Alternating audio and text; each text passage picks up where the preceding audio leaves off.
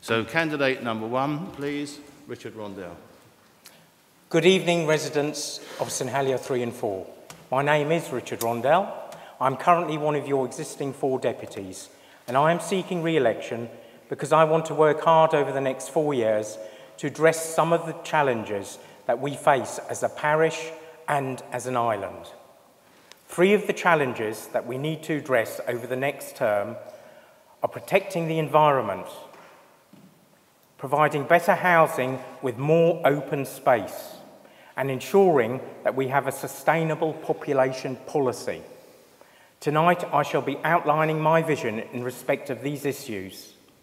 The other 2 main areas include education and poverty, which are outlined in my manifesto.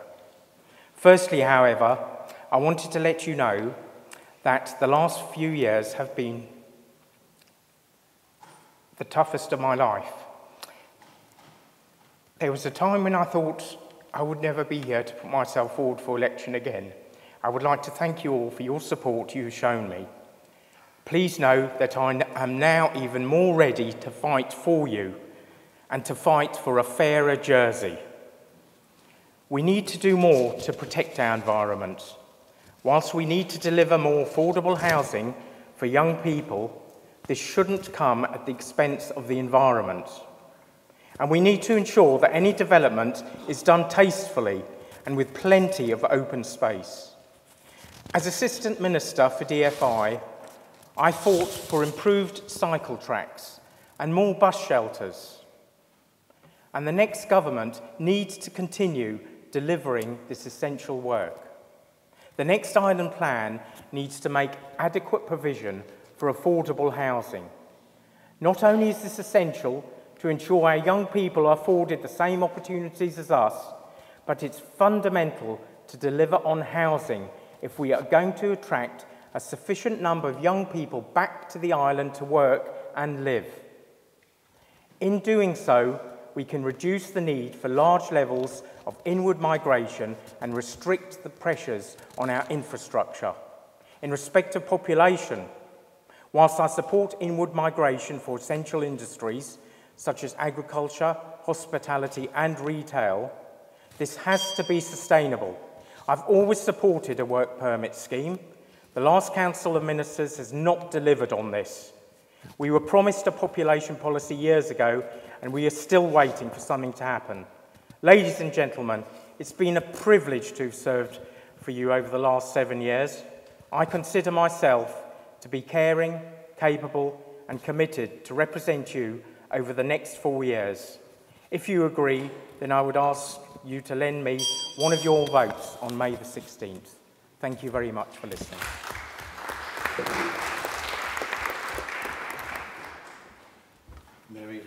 Mary Lahegara. Good evening, ladies and gentlemen. I am Mary Lahegara. This is the first occasion I have sought election for the States Assembly. I felt a few words about myself would therefore be helpful. Born into a Jersey farming family, we had a good childhood, but were not wealthy, and at 15 years old, I finished school to start work. Initially in the income tax department, followed by the airport accounts. It was here I was fortunate that my line manager offered me the opportunity to do business studies at Highlands College. This led me to doing day release and evening classes, and to qualifying as an accounting technician, and I remain a member today. This was the turning point in my career. I went on to work in other states' departments and a local accountancy firm. During this period, I was a scout leader at St. Juan and also took part in the Overseas Aid Programme. As a people person, the bulk of my working life, 25 years in fact, has been as a police officer, and the majority of that as a police inspector. I studied with the University of London in my time off, and in 2013 obtained an LLB in law. I'm married to David and have an 11-year-old daughter, Natalie. I currently work in Cyril and Muckle House, supporting cross-departmental change programmes and until recently freedom of information responses. I'm standing for election because rather than denounce the efforts of the government, I want to use my skills and experience to work constructively with others on issues that we know concern voters. The hospital, lack of affordable housing, education, immigration, and Jersey's response to Brexit, amongst many other important issues. I take pride in having been a uniform officer throughout my service, working in the community. I have a depth of understanding and practical first-hand experience, working with and for people from all walks of life, and the whole range of matters that involve political decision-making. Cases affecting the young, the old and vulnerable, mental health, road safety, antisocial behaviour and crime, amongst many other affecting people's quality of life. Most importantly, I have the skills to faithfully represent constituents. I possess strong team working ability, consider issues in a balanced and logical manner, and have a proven track record of focusing on the task at hand and making decisions. I have considerable energy and drive and can hit the ground running. I am what you see is what you get type person, straight talking and willing to listen, stand up and be counted. I'm confident to challenge and happy to be challenged, and would therefore be grateful for one of your votes on the 16th. Thank you.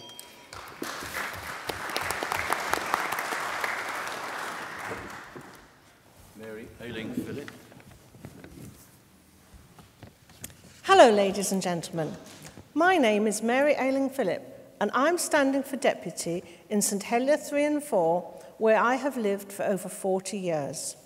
Today is 73 years on from when islanders heard the joyful news that they were to be liberated from occupation. Much progress and economic development has taken place, but there is still social deprivation. Poverty still casts a shadow, causing fear when a visit to a doctor or dentist is required. People are living in substandard housing conditions. 446 people are waiting for affordable social housing on the Housing Gateways list. And tonight there will be 82 people sleeping in 4 shelters across St Helier. There are people in our community using food banks and hostels run by charities. The current Council of Ministers has failed to produce a coherent strategy to tackle inequality and has allowed Jersey to become a more unequal society. I am standing with Reform Jersey because we have 10 key pledges which will be a blueprint for our policies, which will improve the standard of living for all islanders. These policies are fully costed and at the heart of our shared manifesto. We are a team and we will be accountable to the electorate. We can achieve far more by working together. We know Jersey is full of potential and people deserve better. My current job is as a lecturer at Highlands College, where I'm involved in lifelong learning. So I know that local people need retraining opportunities to help find employment and to fill the local skills shortage area. Many people are eager to retrain, but often with Social Security's rules and regulations, many have to take insecure work on 0 hours contract with minimum wages, creating in-work poverty. There needs to be more support for our young people who face many challenges in the exam-driven culture in schools. And as a tutor with responsibility for pastoral care, I can daily see the shortcomings of the mental health services for young people.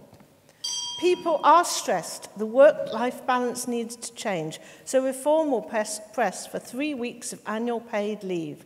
Many people have mentioned to me how the parks really contribute to their sense of well-being and how vital they are for children, sports and community events.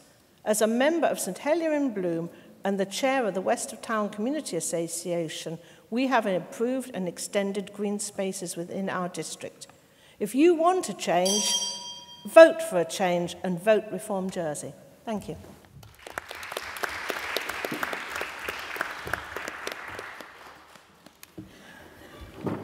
Jackie Carroll. Good evening, I'm Jackie Carroll, and my website is jackiecarroll.co.uk. Thank you so much for coming. I'm not going to repeat everything that's on my leaflet, nor in my manifesto, which is in a lot of detail there. If you don't do online stuff, just phone me, my details are on the leaflet, and I'll send you something instead. So I'd like to tell you why I'm standing as deputy in this district, what I can do for you, and why I'd like you to vote for me, please. Well, why? I was infuriated. That is the best word that sums it up. Infuriated about things like the sea lettuce, having to write lots of reports, having to go to the media before the states actually acknowledged this was homegrown and not the fault of the French. I'm infuriated with the hospital. I'm infuriated over the state of mental health care and the lack of provision for our elderly residents. All sorts of things. And that doesn't sit well with me. I don't like to be infuriated. I like to be getting on with people. Anyway, time trundled by. I was in the media a lot more. And then several politicians came up individually and asked me if I'd stand. And that was really nice. I didn't say yes straight away. I went away and thought long and hard about it.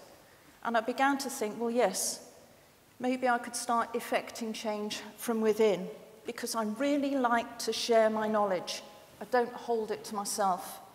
I research and I let people know. What I can do for you on a local level is take care of the roads and the speeding. That's something straight away. Sea lettuce, it's going to be long term, but we can do that. Make sure you get more green spaces. Make sure we don't get another development like that's going up at La Pouclet without green spaces. Speeding, your environmental health, these things I can start on. For Jersey as a whole, we've got much bigger things like the hospital, where it's going to be your care and education. I'm quite well qualified in those areas. I went up to Brighter Futures today. I just finished working for them last week. And I said, you were some of the lot who asked me to stand as well. What was it that made me different? And they said, you like people, you care about people, you like to help people, you listen and collaborate and act on things. So I'd like you to help me help you, please, and vote for me. Thank you very much.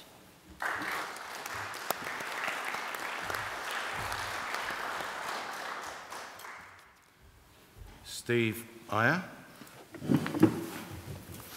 Good evening, ladies and gentlemen. My name is Steve AHIER. I am a Jerseyman, and I have lived in our parish at First Tower for over 30 years. If elected, I would work towards the training and retraining of local people to fill local jobs. Last year, the States of Jersey employed 37 new people from outside the island on salaries of over £100,000 per year. Surely our university graduates could be trained up to do some of these jobs. I am all in favour of renewable energy sources, and it was encouraging to read of the solar panel installation being planned for Côte de Nord, particularly as the installation will be movable and should not adversely impact on agriculture. We need more of these projects. These are the way forward. We need to remove GST from food and utility bills, as this is having a detrimental effect on the lives of most people and is causing financial hardship to the elderly, disabled, disadvantaged and chronically ill. Even in the UK, food is exempt from VAT. If the GST were to be removed, the Treasury could charge a higher rate for luxury goods, and people would not have to choose between heating or eating. In a wealthy island, we should not accept the adversity that this tax causes. We desperately need a drop-in medical centre to alleviate the pressure on the emergency department and to ensure that people who are unable to afford the cost of a GP visit, such as the elderly, those with long-term health conditions, and the low-paid, will get the medical attention they require for a nominal fee. I would actively resist the implementation of the waste charge. This is a stealth tax, which would impact significantly on the tourism industry and other local businesses. This would increase costs, which will make Jersey as a holiday destination even less competitive.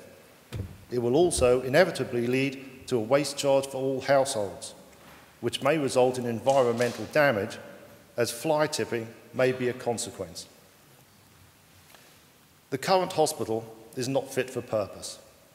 For anyone who has ever had the misfortune of being a service user, I'm sure you'll know what I mean. The 6-bed bays are an affront to the dignity of the dying and who are left to share their dying moments with total strangers.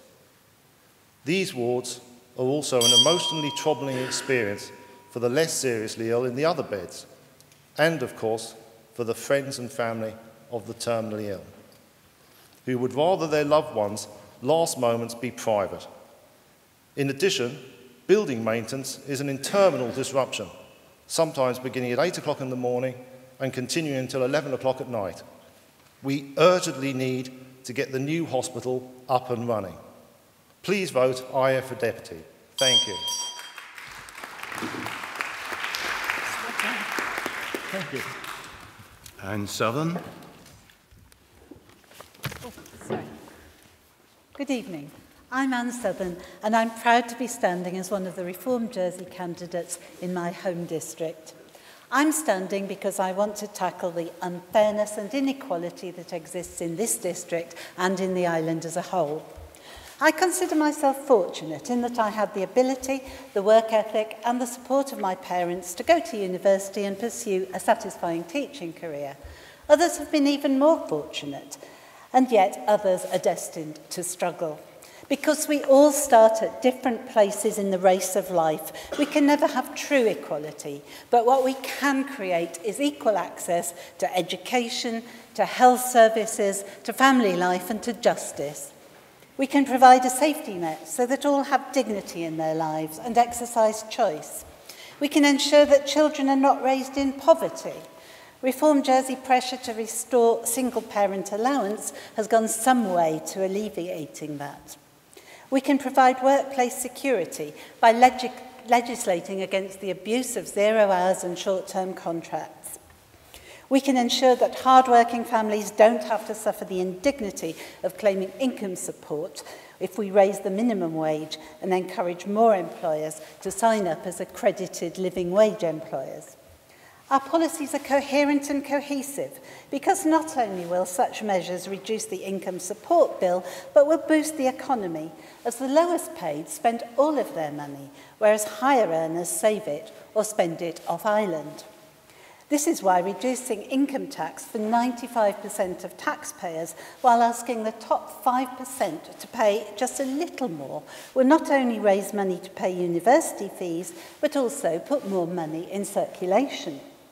A cap on Andean rents, whilst we seek to reduce all rents, will create a similar boost to the economy by increasing the disposable incomes of the lower paid. An empty property tax will not only raise money, but help to take the heat out of the housing market. Our manifesto is not a wish list. Measures to help young families like 6 months paid parental leave, removing the means testing of nursery places and lowering the cost of GP visits can all be fully costed. Other measures, like removing the tick box culture from our schools and eliminating workplace bullying, require only the political will to make changes. If you elect me, I will be available to listen to your concerns and using my training as a caseworker with the Teachers' Union and with help from the more experienced members of our party, be an advocate for you, whether it be with social security, housing, planning, at parish meetings and in the States Assembly. So please vote for me and my Reform Jersey colleagues on May the 16th.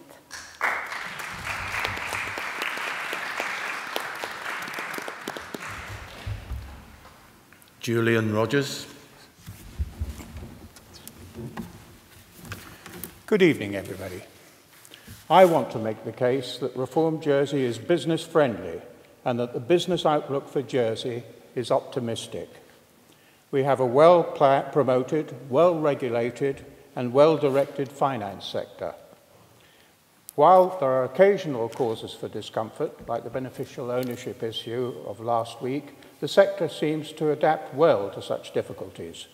Reform Jersey supports its efforts to offer a world-class service. There is still a need for diversity. Recent experience in the United States suggests that more than 70% of new jobs were created by startups and small enterprises.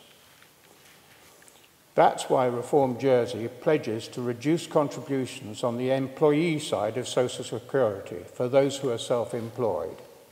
We should also remove the excessive disincentive which applies to self-employed businesses if they fail.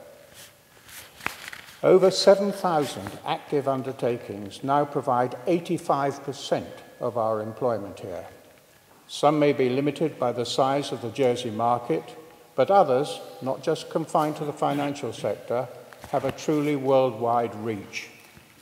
Jersey is a good place to run a business, and the incidence of failure or departure is comparatively low. Sadly, the most publicised cases are in the retail sector. One would hope that every departing Mothercare was replaced by an adjacent newly arriving Premier Inn, but it rarely works like that. I want to finish with the parish of St Helier. We don't think of it as a business, but it is a £15 million a year enterprise which owns substantial property, equipment, employs 276 people, and enlists many others on an honorary basis. It keeps the traffic flowing through our 300-year-old roads with due consideration for pedestrians. It takes on large projects like the £8 million renovation of St Errold's care home, and small projects like the 80,000 promenade at Havre de Pas, opened only last week.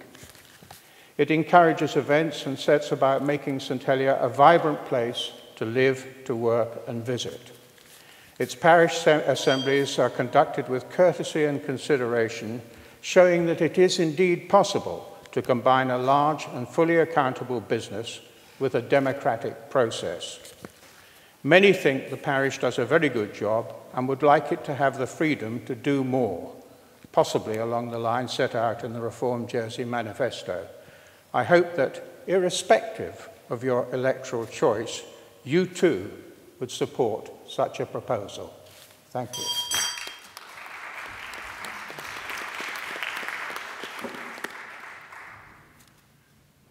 Guy Dufay.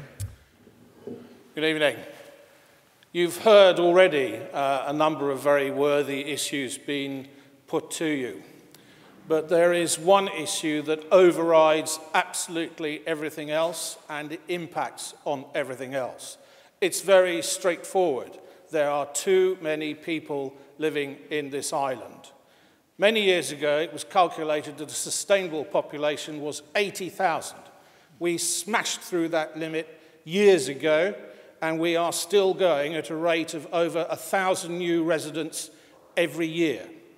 If anyone on this platform thinks that they can satisfy the worthy issues they put forward with increasing population growth, I regret they are mistaken. The population issue has been picked up across the election on the senatorial hustings as well, but no one has come up with a solution, bar me. Everyone else seems to be under the impression that we can fix it with work permits, controlled immigration, and various other ideas. They will simply not work. Immigration has to continue in order to keep our economy moving along. And even if we got to zero immigration, we still have enough people in this island to generate 250 plus births every year. Our population is growing. So how do we deal with it? If anyone has a better solution, let me know, but I simply suggest that we have to tackle child benefit. After the Second World War, Jersey was underpopulated and the welfare system was designed to encourage large families. Now that is exactly against the public interest. I'm not here to tell people how many children they should have, but I am here to say that I think it's time that the states stopped sponsoring large families. By all means, full benefits to the first child, 50% to the second child. We've already bought the pram, the buggy, the playpen, and their hand-me-downs if the child happens to be the same sex. But child 3, 4, 5 and onwards, parents need to understand that in future they're going to have to accept full financial responsibility and not expect handouts from the states. I won't go into all the other novelty uses of how you use children in getting yourself better accommodation in states housing. We probably know that. Now, how are we going to accommodate more and more people? The impact is going to come here, west of St Helier. You've heard about the 230 Le Marais blocks. If you think they're going to be spread around the island, you're wrong. They're going to come into this part of St Helier, and they'll probably be coming to somewhere near you. The government is already reckless about your green zones. They wanted to build on People's Park, and they're still talking about building a hospital on Parade Gardens. All this can be brought to a halt if we tackle the population problem, and I'm the only one prepared to do it so far.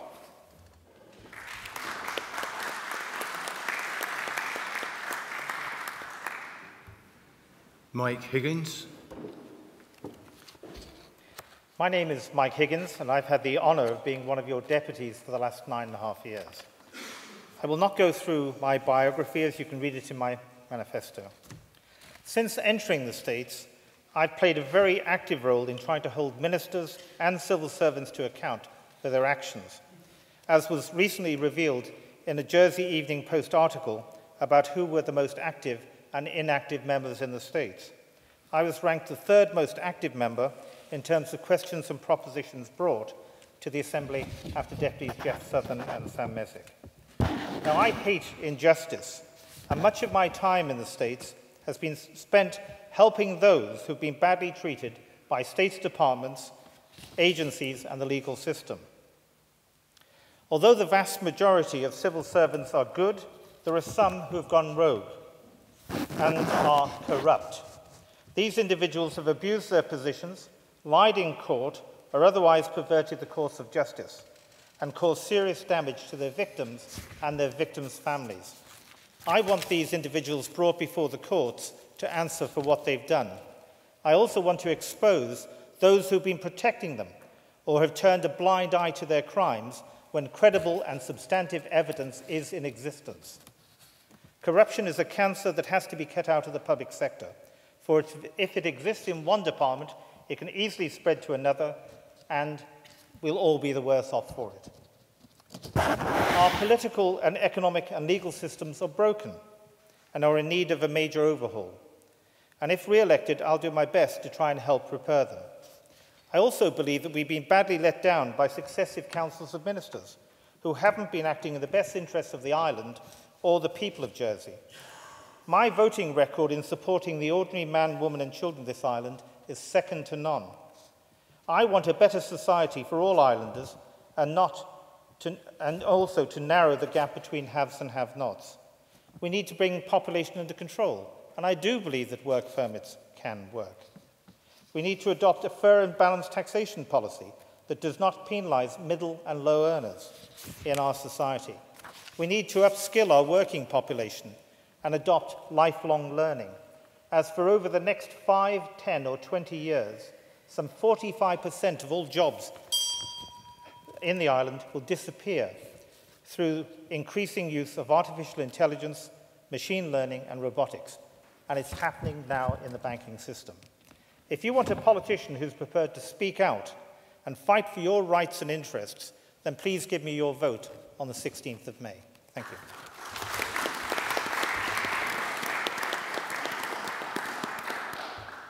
Ina Gardiner. Good evening, ladies and gentlemen. Thank you for coming tonight.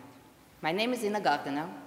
I live in the district on Manor Park Road with my Jersey-born husband, David, and our 2-year-old daughter, Mia.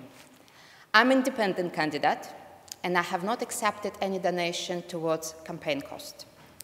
English, as you can hear, is my second language, but Jersey and St Helier are my first priority.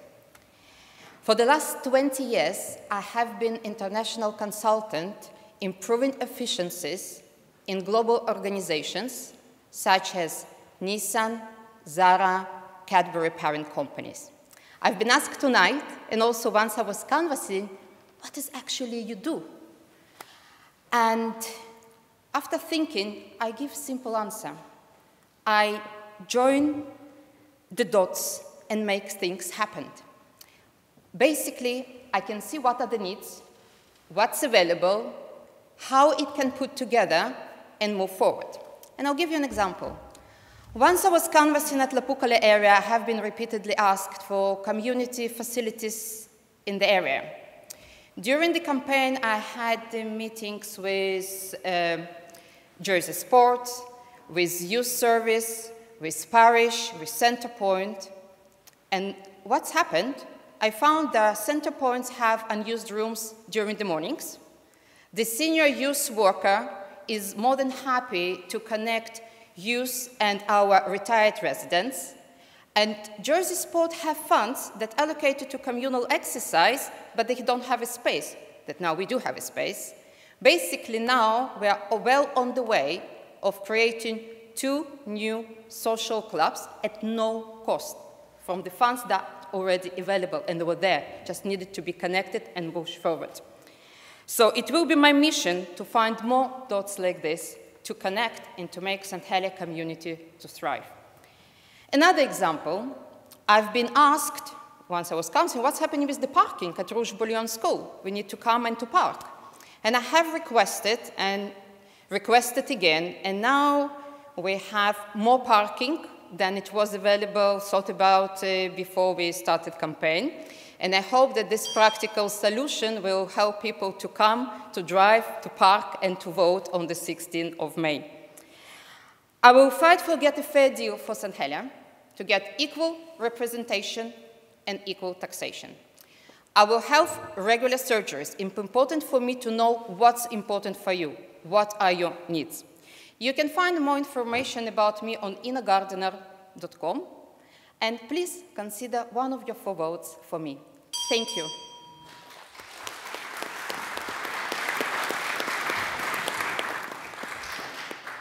Well, thank you for all keeping strictly to time. Thank you. We're now going to move to the questions, and I'm going to try to take questions in pairs. For the candidates' benefit, the first pair of questions we will take in the same order as the opening speeches and then vary it as we go through. So please, could you put your hands up? I hope there's a roving mic. I think there is. I think there's a lady here, please. And if you can give your name and then try and wait for the roving mic and then give us your question, please. My name's Claire Dawes. Sorry, just speak up a bit. Oh. My name is Claire Dawes. I'd like to ask the candidates where they live and whether they think it's important that they are a deputy within the parish or district that they are elected in. So the question is, where do you currently reside and whether you think it's important that, what was the second part of the question? Whether you think it's important? Okay, right, that's the first question. Second question, any hands, gentleman over here?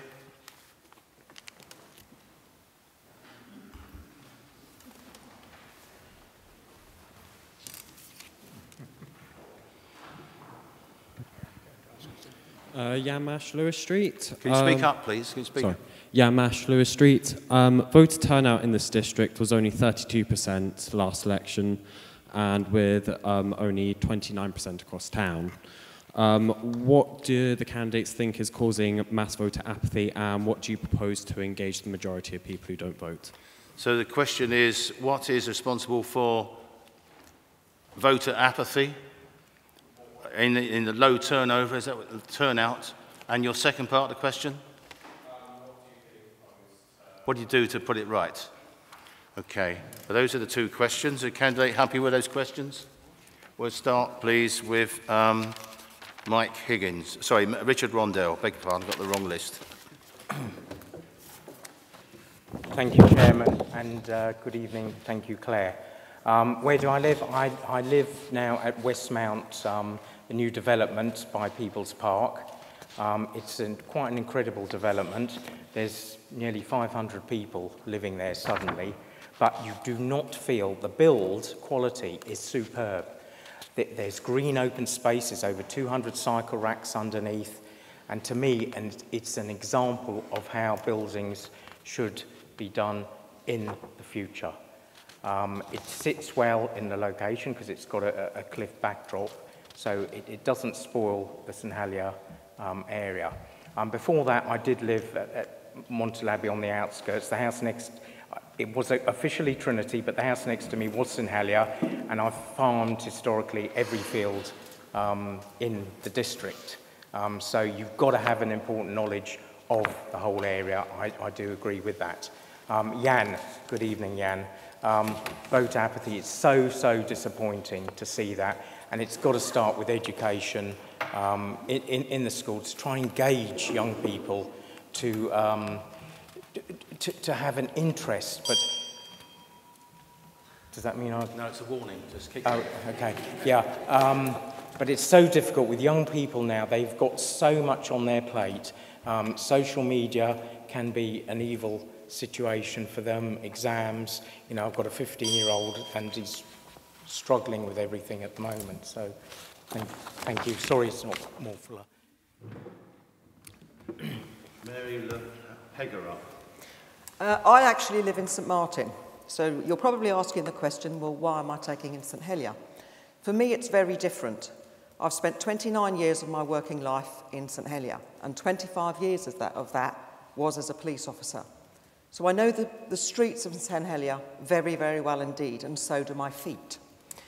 Now, the thing is that I'm used to working with the community within St Helier.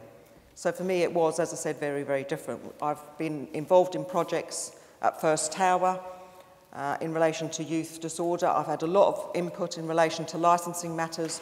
We, with both the licensing unit and your deputy, who's unfortunately standing down, Jackie Hilton, we managed to get the licence removed and kept off the Eagle Tavern. So that's why I've decided to take for St Helier as opposed to the parish I live in. I've lived in 4 different parishes, and I don't really have an allegiance to any of those other 4 parishes, but this is where I work, and this is where I want to continue to work.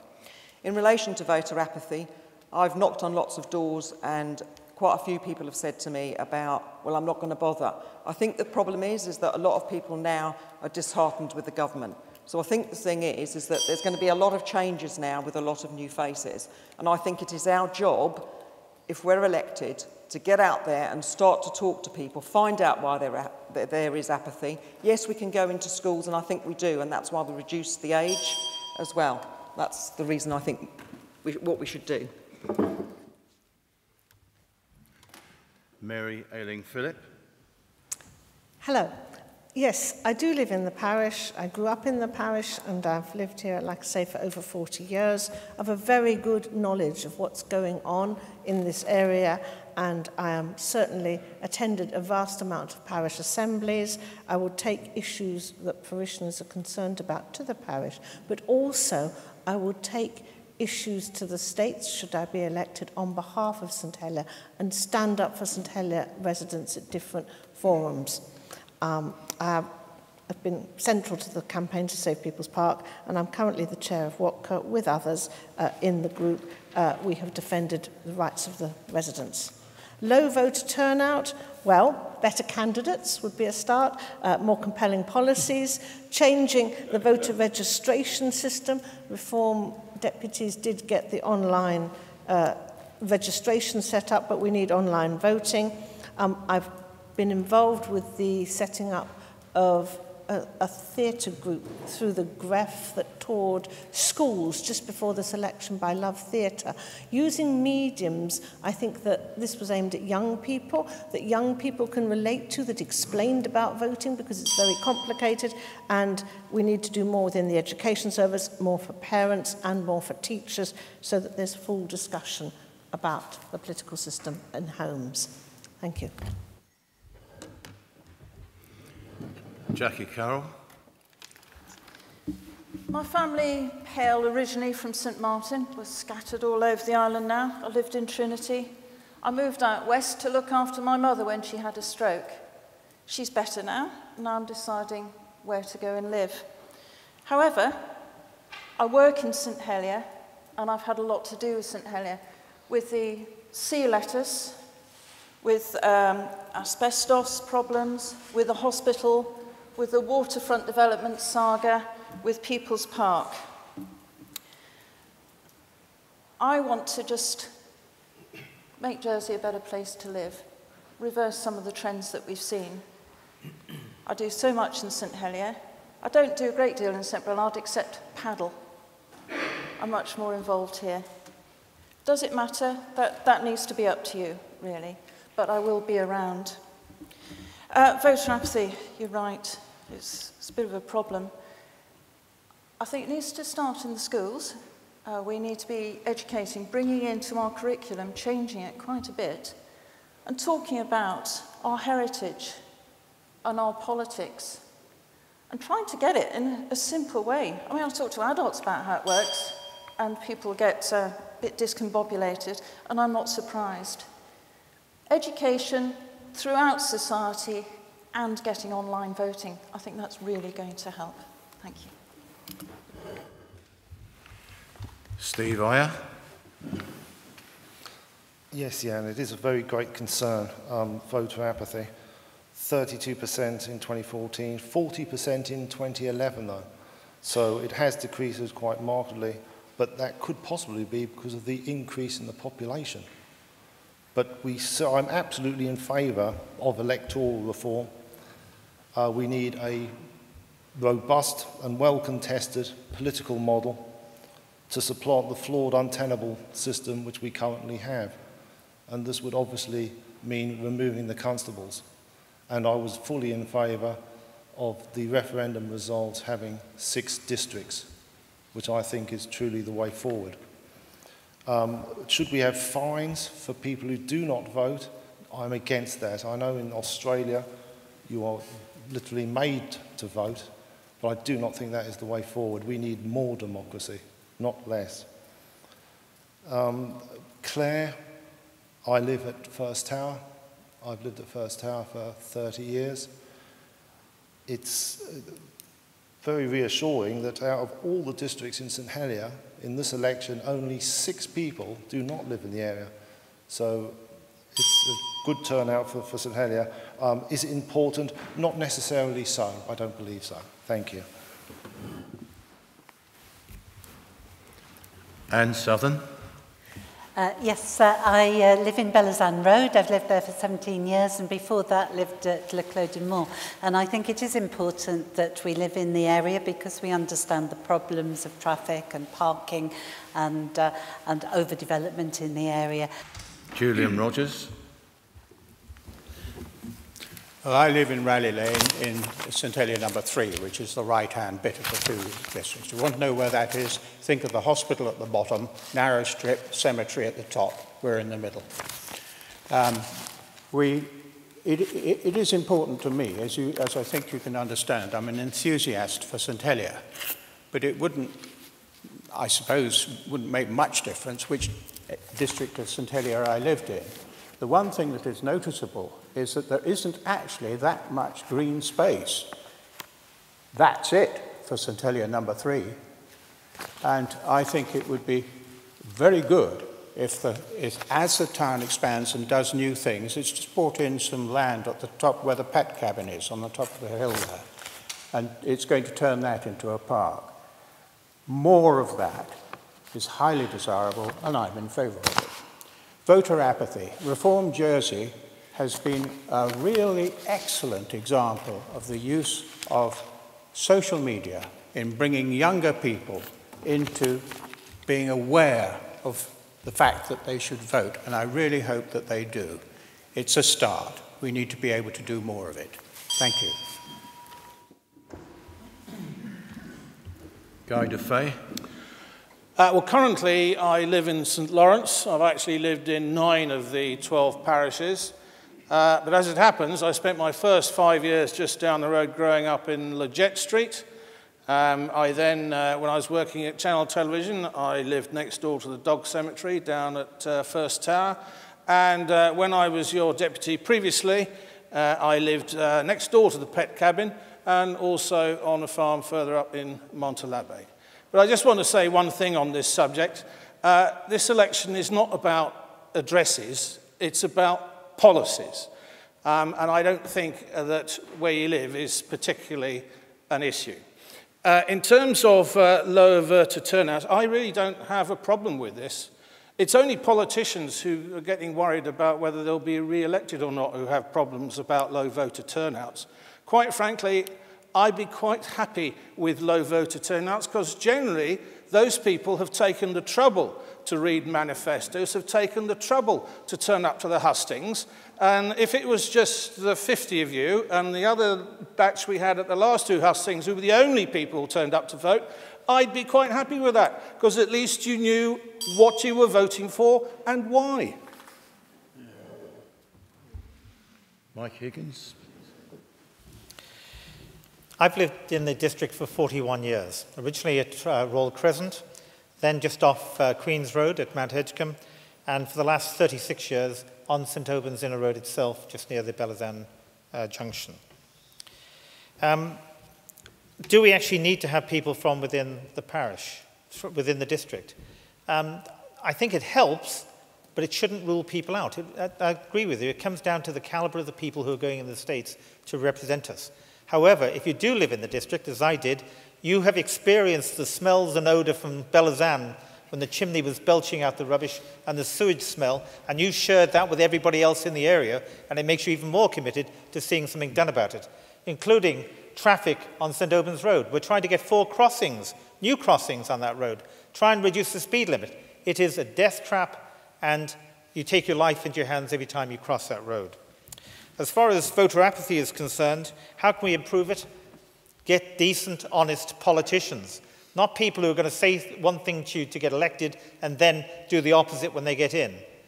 We've had that before. No, we're not going to increase GST. What they do, they increase it from 3 to 5%. There are a lot of people who are misleading the population. We've got to set an example. I believe that you vote with the evidence and your conscience, and we've got to do the best for the people that we actually live in our community. So I think politicians have got to set a new example. It's been an appalling one to date. Thank you. Ina Gardiner. I live in the district. I'm going to sleep in the district. I'm waking up in the district. I'm going to buy a pint of milk at the corner shop, and on the way I'm meeting people and we're speaking as I go. I need to cross with my 2-year-old to my mother and father-in-law on Queen's Road, Laboratory Edgecombe. There is no pavements and no pedestrian crossing, and unfortunately a man was killed last year there, but I need to cross and bring my baby to my mother and father-in-law, so I do live in this district. I'm going to a parade park to play the play area, and I do feel it daily, different antisocial behaviors. So I think it's important that we will live and feel it. Saying this, I'm going to the second question about low turnout. It's the trust. For me, it's politicians in Jersey lost the trust of the public.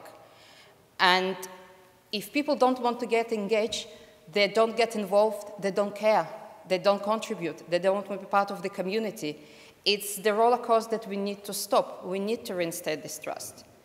And basic way, it's direct communication, to listen what you are thinking about, what's your ideas, what's your thoughts, and this is what I'm trying to do. Even during campaign, I already been approached by Normont Association that they ask to see what's happening with the parking. I've been called by Orchard that took down at Clubley Estate, and I would like to listen to you and try to rebuild this trust. Thank you.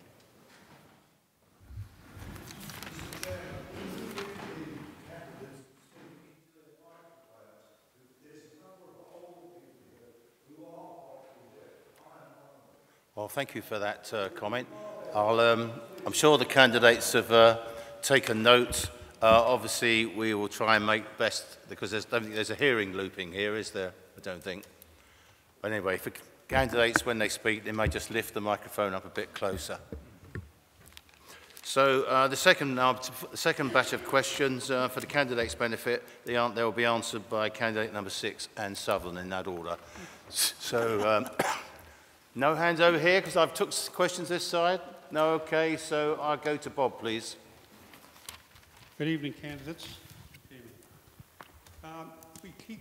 We keep talking about more housing. Now, a housing problem is an all-Ireland problem, and the sooner the candidates learn about that, the better. I heard a discussion on the radio lunchtime with some of the country parishes. And it was, we want to keep our green areas. St Helier would like some of that as well. So what's your question, please, Bob? What are the candidates going to do to encourage the states members to appreciate that the problem of the housing in this island is an all-island problem? The second question I've got is, do the candidates favour assisted dying?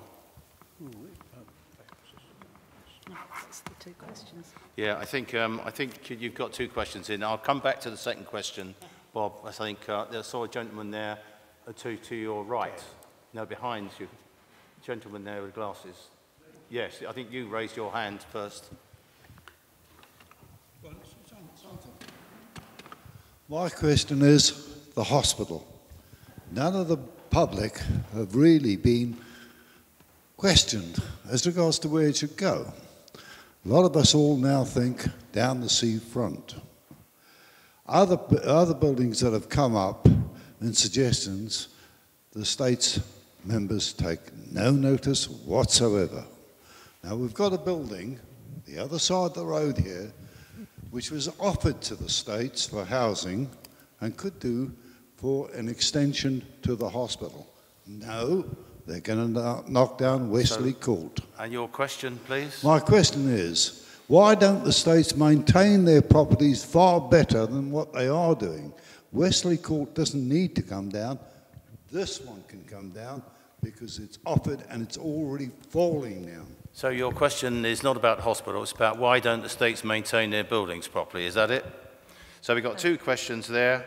Obviously, we've got the question about housing, an all-island problem. What are the candidates going to do to have that addressed? And secondly, about the maintenance of government buildings, and the hospital was mentioned there. So we'll start, please, with Anne Southern. Yes, thank you for your questions. I do think housing is an all-island problem. Our green spaces in St Helier are very precious, and I think we ought to preserve them. I've been told about a development that's happening up Tower Road, 20 flats and a 7-bedroom house. Well, that's going to put a lot of pressure on the roads, and in any case, we do not need more flats. What we need is small houses with gardens, and we need to free up the housing stock that there is in order to accommodate families. We, obviously, with our empty property tax, we want to put more houses actually onto the market.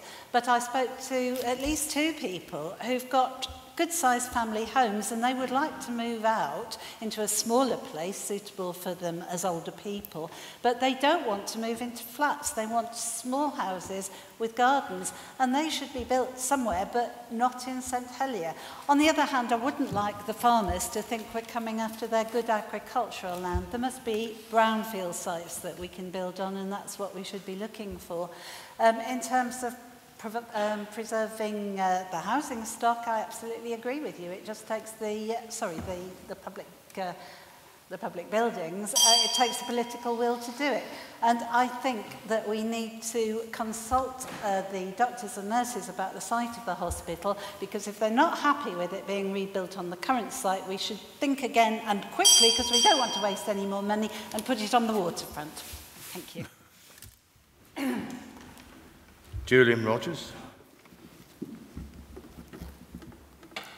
It's called NIMBYism, isn't it? Not in my backyard. The two parishes, actually, which take most of the brunt of housing are St Helier and St Clement. Somebody was saying recently that there are only 4 fields left in St Clement. It must be better than that, but you get the general idea. Meanwhile, St Peter, where they had a proposal to build special housing for local residents in a nice area, which seemed to be a totally acceptable plan, was turned down. What happens is the housing then migrates to St Helier and possibly to St Clement to a lesser extent, and it's a problem. I think it's felt that, oh well, St Helier can cope, and St Helier probably can cope. But as you say, it's not a fair distribution. Why don't the states maintain their buildings? The one that I'm told is going to fall down sooner or later is Fort Regent, where the dome is difficult and very expensive to maintain. The hospital, this Westway Court project, which you were talking about, the idea is to move 30 seconds, 20 seconds, 10, 15 seconds. The idea is to take that down and build another hospital block and then another hospital block over in Overdale. This does seem to be 3 hospitals for the very high price of 1. Thank you. Guy Dufay. Well, I think it's obvious to everybody that housing is indeed an all-island problem. But if you haven't twigged where I'm coming from, what I don't want to see is all-island housing as we try and accommodate the predicted 24,000 extra residents by 2035. I think there's going to be some real surprises, not to say shocks, when the next island plan is drawn up, because a lot of green space is going to have to go. Otherwise, where are people going to live? We already have queues waiting for decent accommodation. And by the way, I do think that the 90% of market prices charged for rentals in Andium is an absolute catastrophe. State-owned properties should not be dealt with on a market-related basis. Andium should be instructed to come up with a new formula that basically relates to the cost of housing, the cost of maintenance, and having a bit extra to build some more. Which brings me on to maintenance. It has been appalling. It was appalling when I joined the States in 2002 and watched States members just cut maintenance out of the budget because it was convenient to do so. It's the bit that's easy to lose because you'll do it next year, but you don't. And it just goes on and goes away.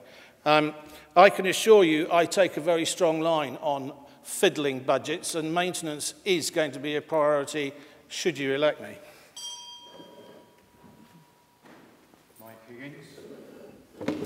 Okay, so far as the housing problem is concerned, personally I get appalled sometimes when I do hear on the radio the parishes talking about how they're going to house the people from their parish.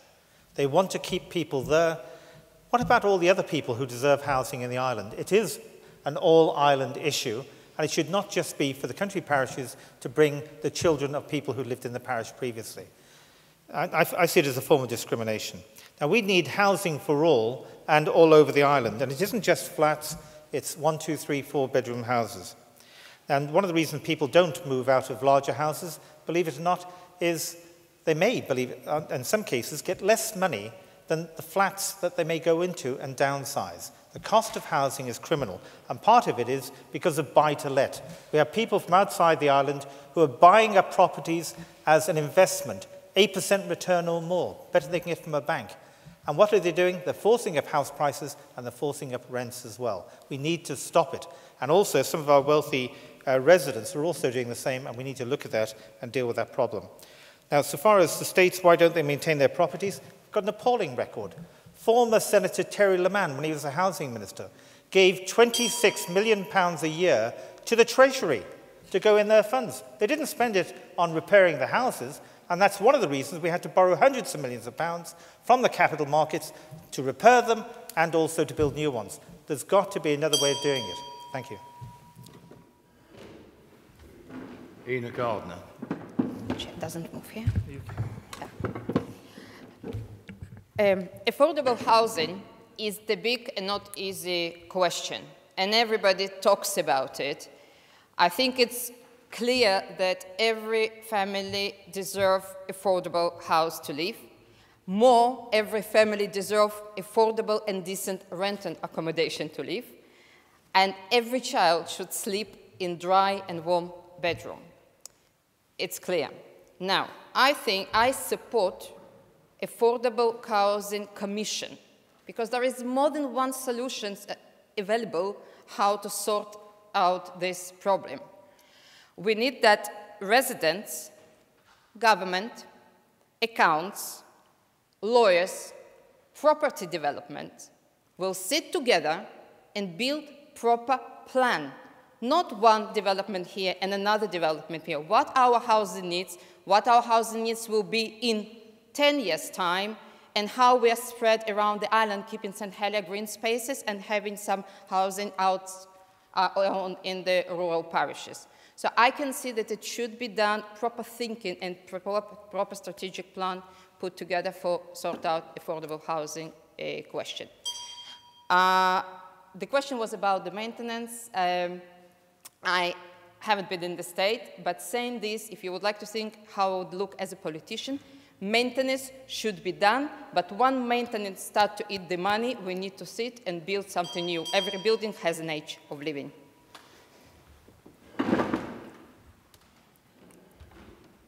Richard Rondell, please. Yes, thank you. Thank you, Bob. Housing, as you're aware, is not an easy solution. Trinity did a fantastic little enclave of first-time buyers housing, shared equity. That's great. The one at St. Peter's is quite large. Now, what will happen, if we pass green fields like that, the traffic going down Beaumont Hill every day will increase, and then infrastructure will get the blame because, you know, the increased traffic. I would sooner favour looking, and I've got to be careful here because I do own some land in St. Helier, building around the circumference of St. Helier so that keeps the footfall within St. Helier. People can walk in and maybe swap some area to create more green space in the centre, but keep the housing just outside the ring road, improve our public services with things like bus shelters, which I've been looking at on private land as well, and having good success with that. So the bus usage is increasing dramatically, which is exactly what we want to happen. On Randall's, the Randall site, I think, is the one you're referring to. Absolutely. The planning needs a hard look at and a change in the planning policy. And that's up for grabs in 2 years' time. Snow Hill should have been... Richard. Oh, sorry. Mary Lehegerar, please. I think the new States Assembly obviously will look at all of the island plan in relation to housing. I think it is a good idea that it is spread across the island, and I do believe that there will be small pockets of land, as opposed to, I don't like the idea of using large fields to build large developments, because once you're using that land up, that's gone forever and never to come back. The smaller pieces of land are a lot easier to use from the perspective, if you're a farmer, and having come from a farming family, you don't want a small pocket of land. It's more difficult to work for a start. So it is far better to look across the island and see where you could actually build smaller places. I would also be in fact, I don't agree that the island should have people investing in the island in property unless they're actually resident here. So I think the thing is that we need to be building properties for people who live here, not for people who don't. In relation to the maintenance of the state's properties, I think we would all agree that they don't do a very good job. And I think the thing is maybe they need to start looking at their portfolio of properties as well to see what they could actually do, because there might be some of their portfolio of properties that could actually be done up, knocked down, reused from the perspective of housing as well. So we need to have a look at that. I think the whole thing needs to be looked at properly. Mary AYLING-PHILLIP. Right. Housing is an island-wide problem. Yes, there could be further use of brownfield sites. There are currently over 3,000 empty properties. Introducing an empty property tax would encourage people to let out their properties, perhaps, or sell them on. Andium's current policy does not encourage tenants to downsize, as once a family perhaps decides to move out of a family home, when they agree to move to a smaller place, they face a higher rent and worse conditions in their tenancy. There should be restrictions on the people off the island buying up properties for investment because they're overheating the market. And why don't the states maintain their developments? I suspect there's often other agendas, for example, like with the JCG site that was allowed to fall into disrepair and then sold off rather cheaply.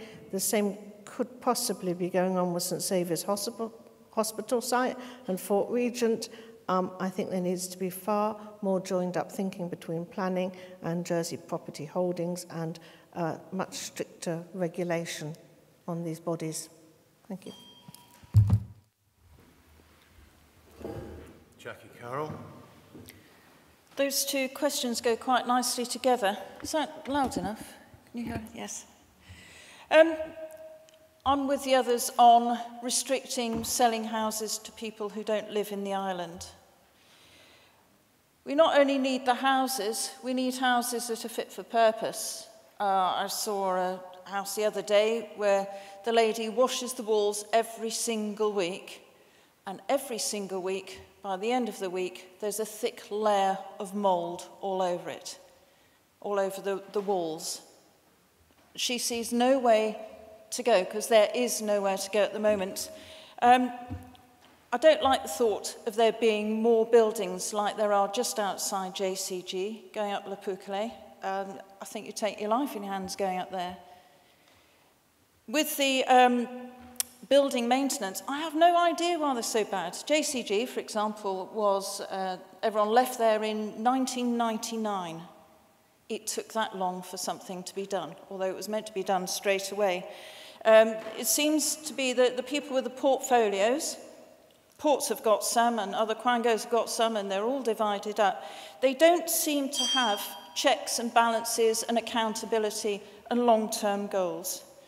We do need more houses in the parishes, and maybe the politicians who live in those parishes should come and live in St Helier for a few weeks, see what it's like, and then view again. And Steve AHIER, please. Yes, Bob, we do need more housing, and housing is an island problem. All parishes should share the burden, especially after the disappointment of the St Peter's construction, which was passed by the parish of St Peter's, and then, of course, turned down by planning. There were a lot of very disappointed people who were expecting to be moving into there in a couple of years' time. On the hospital, I believe the hospital should be on the current site, absolutely, because it has accessibility, it's a central location, very important for ambulance times, for travelling to the hospitals. It needs to be within the ring road. And obviously we've already spent 25 million on preparing the site and getting everything ready, so I do believe that it should be where it is, and we need to move forward with it as soon as possible. On the Randall's building, across the road, there has been a lot of contention lately with the two buildings at number 28 and 30 Cannon Street, which were listed as grade 4. They were built in the 1840s, and they were listed, and then they were delisted, and obviously now that we've had an expert come over from the mainland who has told us that they should be listed again, and so building there is going to be a problem. Thank you. Thank you, candidates. We now move on to our third pair of questions, which we'll commence answering with candidate number 2, Mary Higgins's. So let's take the 2 questions. I've taken questions over here. Is there anybody over this side? I want to share it out. Mr. Tabb, I think. Thank you, Mr. Chairman. In view of the British government's recent exemption, our transparency exemption, do the candidates agree or disagree with the Tax Justice Network's view that we should have been treated exactly the same as the British Virgin Islands and the Cayman Islands? So what are the candidates' view? Do they agree with the compulsory public register? Is that... Do they agree with the Tax Justice Network's view? So I think lady here. I'll come back to your second question, Bob, later, because I'm soon want to take one question each from people first. Jane Warren, tomorrow we celebrate being freed from control by a European power. I would like to ask all the candidates how seriously they are treating the Brexit question, because at the time when Britain entered the then common market. Jersey had a CONCOM committee. Ralph Ibert was the chairman. 2 international lawyers were consulted by the states, and links were made with the other Crown dependencies, such as the Isle of Man. I would like to know that we're not going to meekly sit waiting for the British government to present us with a fait accompli, but that the states are investigating the whole situation. Thank you. So you want to know the candidates' views on how the island should tackle Brexit, is that it? Yes. Right, so those are the 2 questions. Do you agree with the Tax Justice Network position on the public register of beneficial ownership? And secondly, what are your views on the states doing in order to deal with the Brexit issue internationally? Thank you. So we start with Mary Le Hegra, please. In relation to, sorry, I don't know if you can. In relation to the tax situation and Jersey, in relation to our companies and registration of, I do believe that we have good finance in place in order to ensure that we are doing what we need to be doing, and all those companies that have been, who are listed, the authorities, as in the police and other agencies, do provide the necessary detail should there be a need to do so. So therefore, I think that the fact that we ended up in the situation that we did is good for us. So I would think that that's a good situation to be in. In relation to the second part, I do believe that, having been working in Cyril and Markle House, I do believe that we are working very hard in relation to Brexit.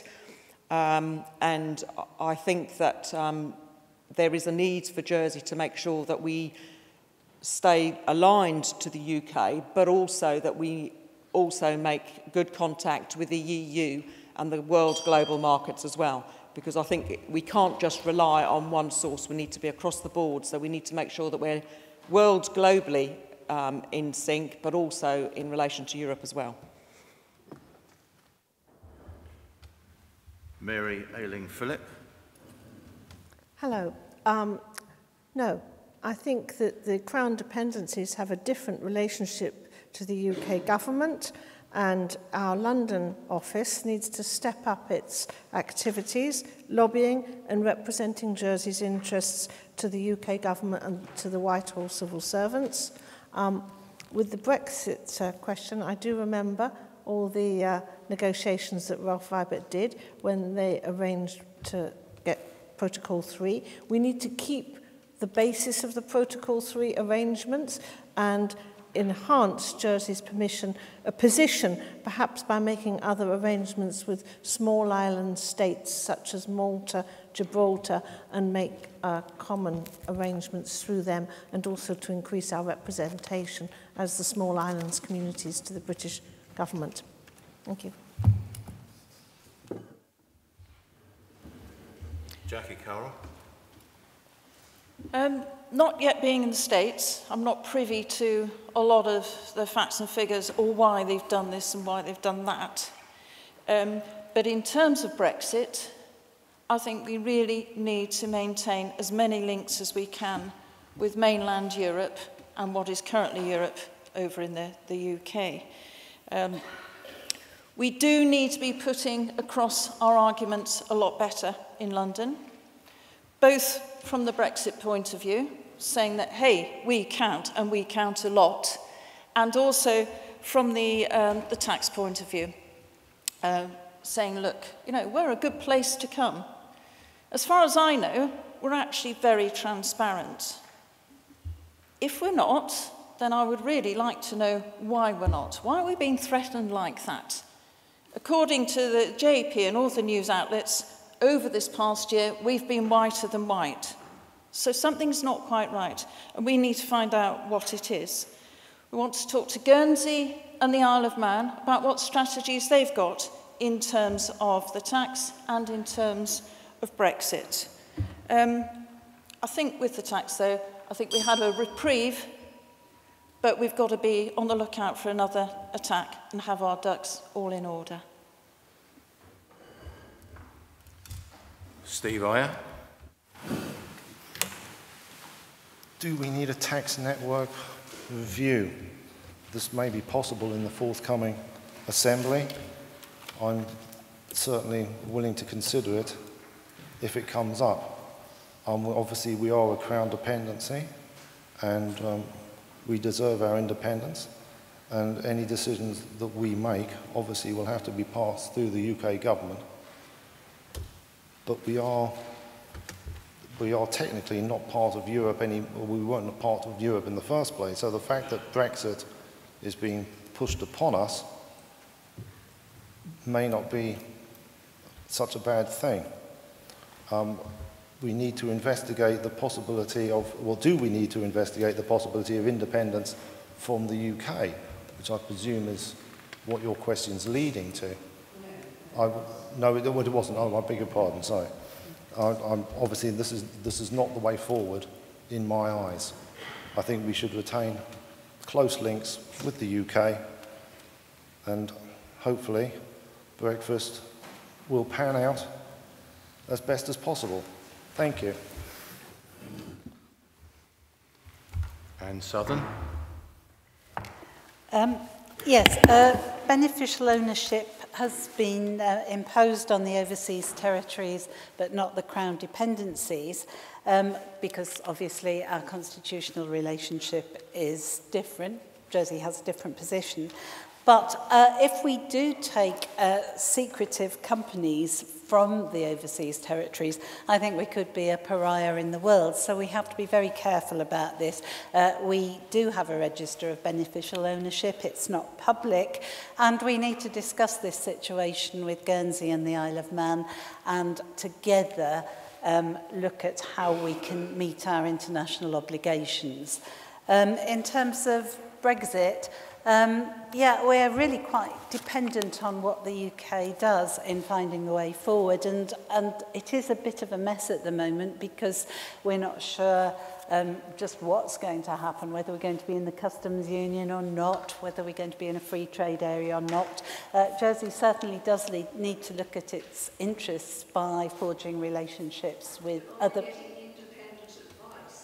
Well, yes, certainly we do need to get the best advice possible on how we can protect ourselves, because if the finance industry loses its licenses or its passport to operate in the EU, it is going to be problematic. So we really need to be alert to all the dangers and how we can behave in that respect.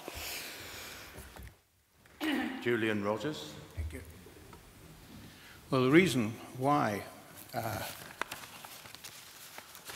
we were able to hold on to the position with Jersey was because the way in which we handle the tax affairs, the disclosure, is entirely on an intergovernmental basis. So if another government has something it has worries about, it can contact our government, and similarly the same thing can go in the other direction. It's easy to say that we should be compliant with whatever the Tax Justice Network wants, but it's not safe. You consider that most of the companies that we're talking about are trust companies. These are often situations where families have put money into a position for their children. Do we really want to make it possible for journalists to get hold of the names of these children and find out what arrangements there are? Surely that is a step too far. Where we have a situation where there's wrongdoing, fraud, obviously, but not in that case. On the case of Brexit, Senator Ralph Vibert in 1973 did an absolutely splendid deal whereby we were able to continue dealing in the UK and continue dealing on the continent. Yes, we need the same sort of person to do the same sort of deal for us now. Thank you. Guy DeFay. I absolutely do not agree with the Tax Justice Network. In fact, I think they're something of a menace over here. and a tedious repetition in the media. But of course, they make great stories for the JEP and Radio Jersey when it's a quiet day. I think the idea of opening up these registers to the public is completely wrong. Exactly as Julian has explained, there become security issues. Public basically just means you allow a whole bunch of journalists from wherever to pour through the files and then make up stories, usually trying to find celebrities to make it a bit more interesting. But they're highly irresponsible people, and most of the organizations they work for are similarly highly irresponsible. And if you start delving into people's private affairs, you can expose, particularly the wealthy, you can expose them to all sorts of things, terrorism being the most obvious, but basically criminal behavior in its generality. Now, I do know a bit about Brexit, actually. I used to work for the European Union equivalent of CNN. It's called Euronews, and it operates out of Lyon in France. I did that for a couple of years. I'm quite an expert on Brexit. I won £700 by betting on the referendum result. It would be nice to have some experts, wouldn't it? But who's an expert? They seem to be making a complete pig's ear of it in the UK. All we've learned is that their politicians are even more useless than our own. Mike Higgins. I can speak from some experience, a part of this.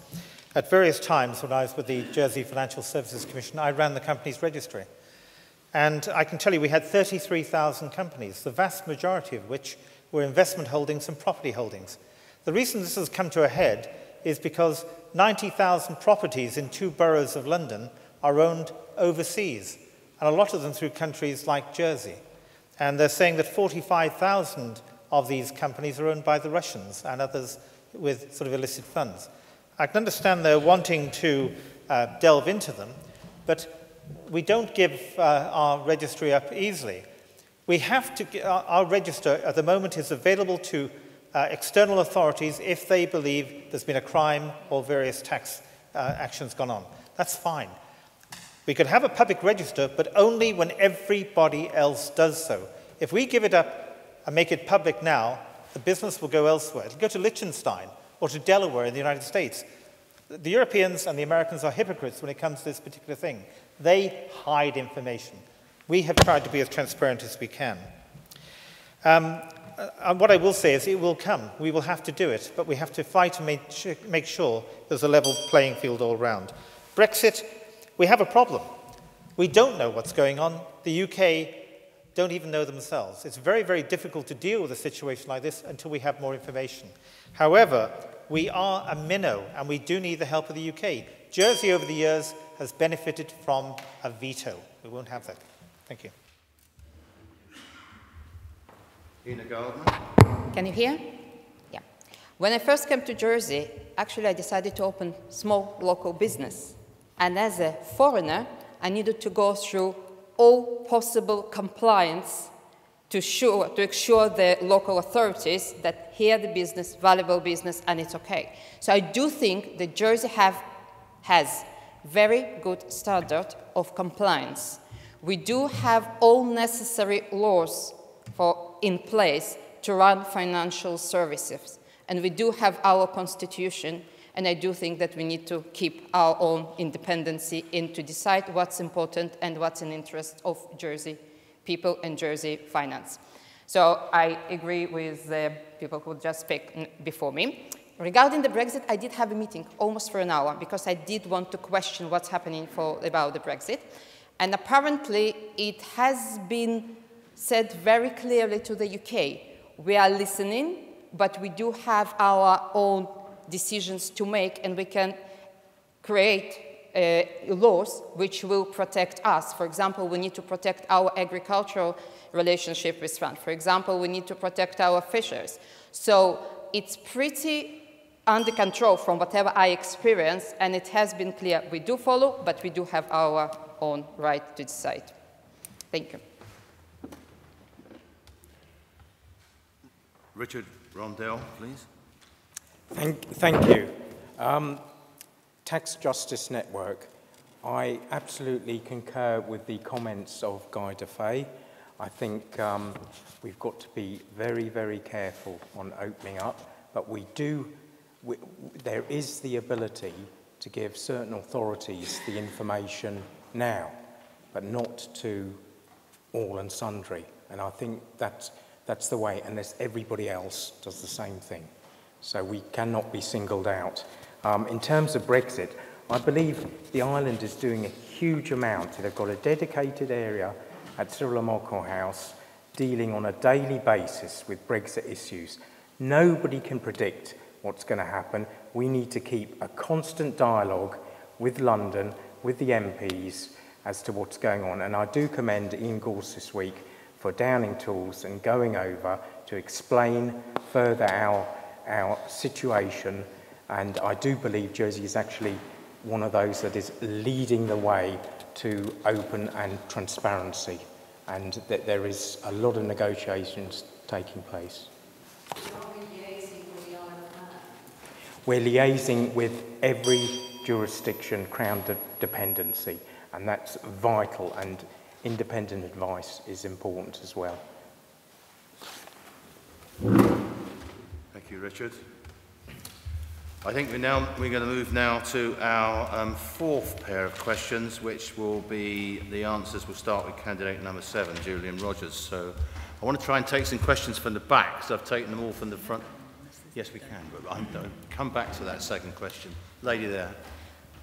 My question is about money. I had a whole back speech prepared, then I remembered that the evening isn't about me at all. So I'm just interested in, specifically, it seems to me quite odd that so much money is generated here, an enormous amount, so much money flows through here, but whenever I read anything about the public purse, the picture is always dismal. There's talk of black holes, talks of having to increase taxes, etc. So I'm wondering, where has this money gone? and why aren't we seeing an increase in public services, etc.? So, sorry, I'm going to make sure I get your question properly. You're saying, why have we got a hole in our public finances? Is that what you're asking? Yeah, exactly. Just why, and what are we going to do about it? Correct. Right. So I want to come back. I'm going to come back to a second question that Robert made here earlier. Robert, could I ask Robert to bring his earlier question, because I didn't take that one earlier. So it's two questions.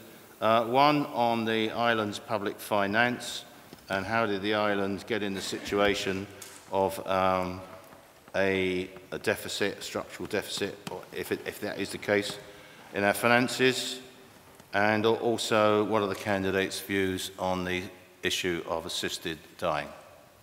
So I think we'll start, please, with candidate number 7, Julian Rogers, please.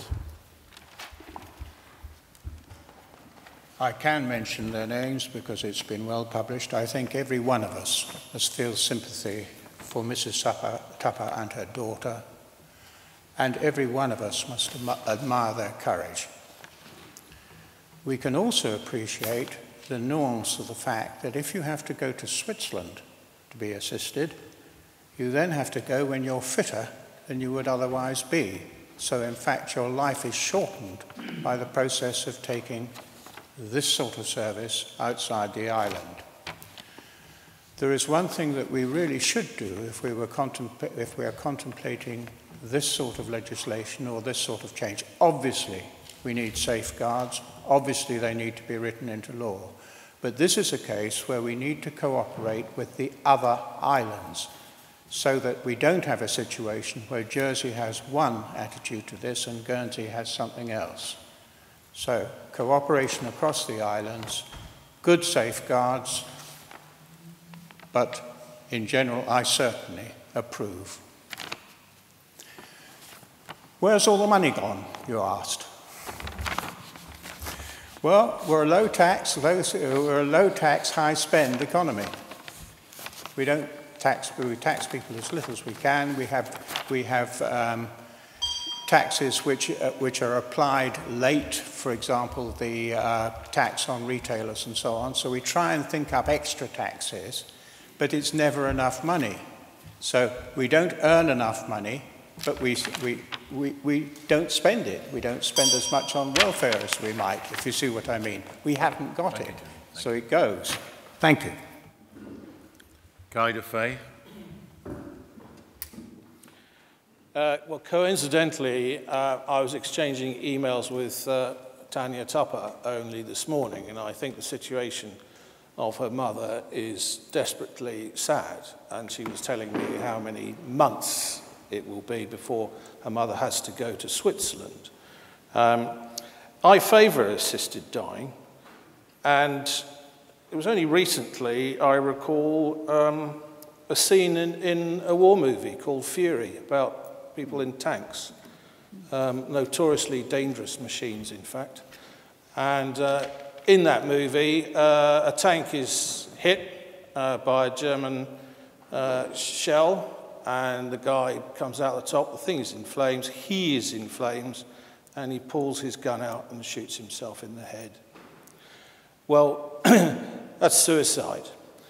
But assisted dying is actually allowing people to choose their time of parting this world and to do it before they are faced with more pain than they think they can handle, and in particular in those serious cases when you know that you may lose communication and you won't actually be able to tell anyone what's happening.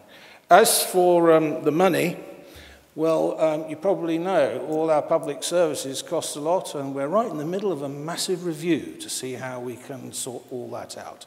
I look forward to hoping that we can. Mike Higgins. Assisted dying first. I spoke with a lady this morning as well. I've had some of my relatives die, as we all have, but my brother in particular had a brain tumour, and it was a long and I thought horrible death. And to be perfectly honest, if he could have had assisted dying, he would have gone for it. And I would say that I would not want to see anyone suffer, and therefore I would support it as well. But there have got to be very, very strong safeguards to prevent it being abused. So far as the financial situation of the island is concerned, it depends on who you listen to as to the situation. We faced a very deep black hole at one point, when the ministers were telling us, oh no, it's not really a black hole, we haven't got it. It's very hard to find out accurate figures, but at the moment we have a strategic reserve that has an awful lot of money in it, something in the order of £700 million. However, that could go tomorrow. If the finance industry, because of Brexit, decided they couldn't get access to Europe and that Jersey wasn't serving its purpose anymore, they'd go. In which case we're going to need that money to try and stabilize the economy and try and invest in whether it be tourism again, which we do have control over, or we have to find this magic other business is going to come in. It's not going to happen that quickly. What I would say, though, is that what we do need is a balanced tax system. It isn't low tax, high spend. It's low tax, low spend. Why have we got problems with housing? Why have we got problems with education? It's because we haven't been investing enough in it. So, is that it? Oh, sorry. Start with assisted dying. I have exchanged emails on Sunday, and personally I do support assisted dying with a system put in place. I think everybody deserves to die in dignity and not to suffer and not to spend a huge amount of money to travel and to die at home. Peace and quiet, if they can. This is the first question. The second question. At the last Hustings, the last question was about rainy funds. And I didn't answer. I said I will research and I will come back. And by the way, I have published the answer on my Facebook page in a vote for a gardener. Please have a look, because there are lots of numbers that I cannot give now in a minute and a half. What I found difficult to find information to make my mind. And some information that I found, it was 2016, and as a politician, I wouldn't support to spend this money from rainy fund to that purposes. Saying this, what I think we do need to improve efficiency at the civil servant and cut duplication of services to save the money. We need to have proper arranged data information numbers and make decisions based on the professional analysis, where we are going, how we are spending, and what will be the outcome. So we do need this transparent information. Thank you. Richard Rondell, please. Thank you. Assisted dying, in principle, I support it. I don't believe it right that people should go through the pain and the family to see that happen. It lasts with them forever, and it's wrong. But what I have learned is that during a debate, issues and safeguards can come up that one hadn't thought of. So I need to listen to all the arguments before making a final decision. But in principle, I do support it. Public finances, as somebody else said, we're a low tax, high spend island. And high spend, it's not necessarily the civil service, the employees, it's the way we deal with our capital and our buildings. For example, South Hill, where planning are, that could have been a shared housing and luxury apartments to assist with the housing alongside it, which could have been subsidised and put into a deposit scheme for people living within St Helier. There's a huge amount of buildings which we need to capitalise on. Mary Leharegara, please. In relation to funds, I think the thing is that we need to make sure the books balance. And we do have reserves, but we need reserves. You know, it makes sense to have reserves. So we need to work within the budgets that we have. But what we do here on a regular basis is that they've all got underspends. So everyone's saying that they haven't got money to do this and they haven't got money to do that, but then you find out that they've all got underspends. So really, we need to actually look at what we give departments and how they spend that money and make sure that if they're given the money, then that they spend it and that it's actually made use of. In relation to assisted dying, initially my first response was, yeah, from my own personal perspective, yes, I do support it. However, thinking about it more, I do have some reservations.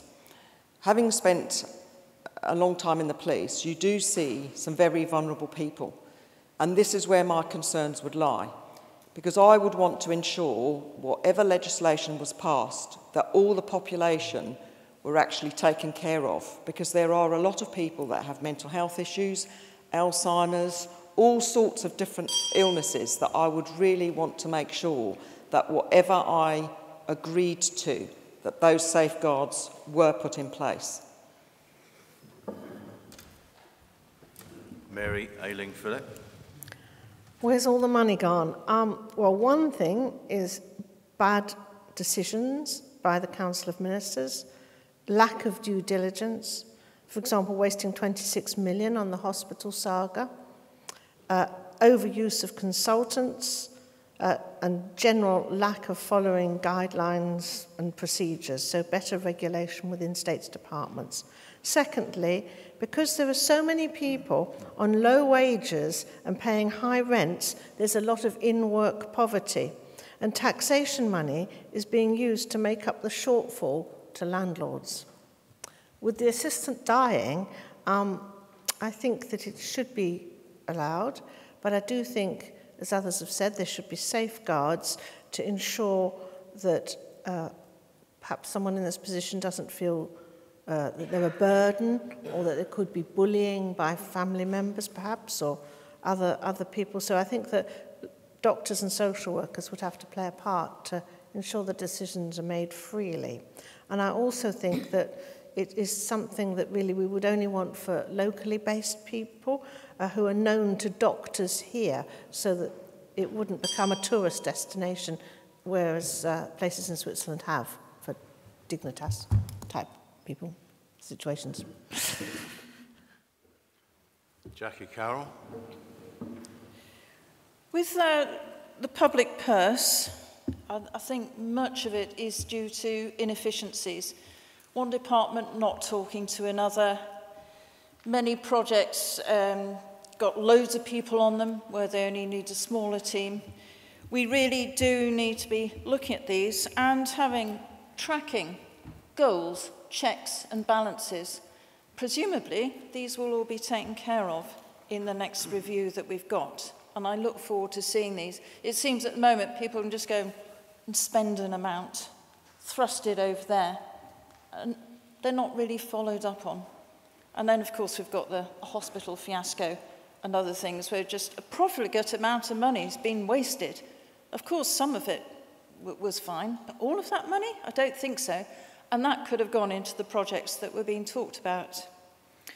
With respect to assisted dying, on my gut feeling, once Mrs. Tupper wrote to me, was to say, yes, it's a good idea. You know, on the one hand, we've got babies who've taken off life support, and on the other hand, we're forced to carry on living whether we want it or not when we get to the far end of our life.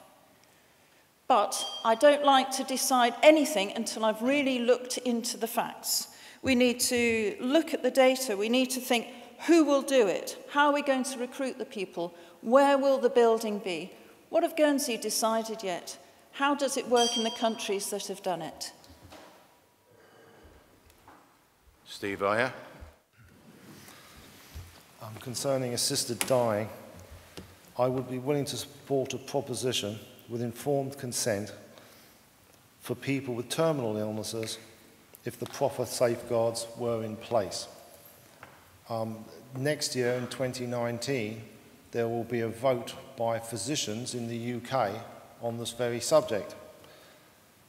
If they reject it, there may be complications concerning Jersey and doctors, because if a doctor who partook in this practice was to go to the UK, they would be open to prosecution.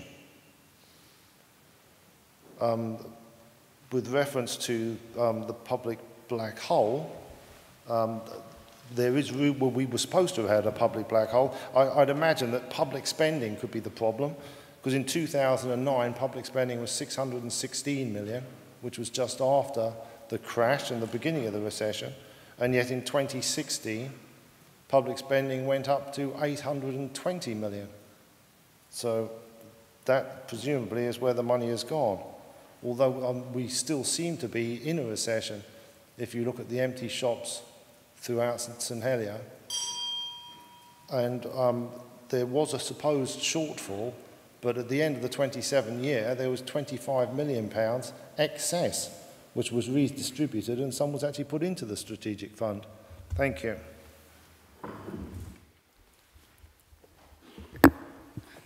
Anne Southern. Yes, on assisted dying, I would support it. A group of my friends and I, 60 and 70-somethings, were talking about this, and we were very aware of all the problems that palliative care might degenerate, or that people might be coerced by their families. So obviously we would need safeguards, but the $64,000 question was, would we want it for ourselves? And we all said, yes, we would. And so I think a dignified death is important. And I also think, as Julian said, you can stay alive longer if you don't have to travel somewhere else while you're still fit. Of course, we don't want Jersey to have death tourism, so possibly it should be restricted to people who are under the care of a local doctor.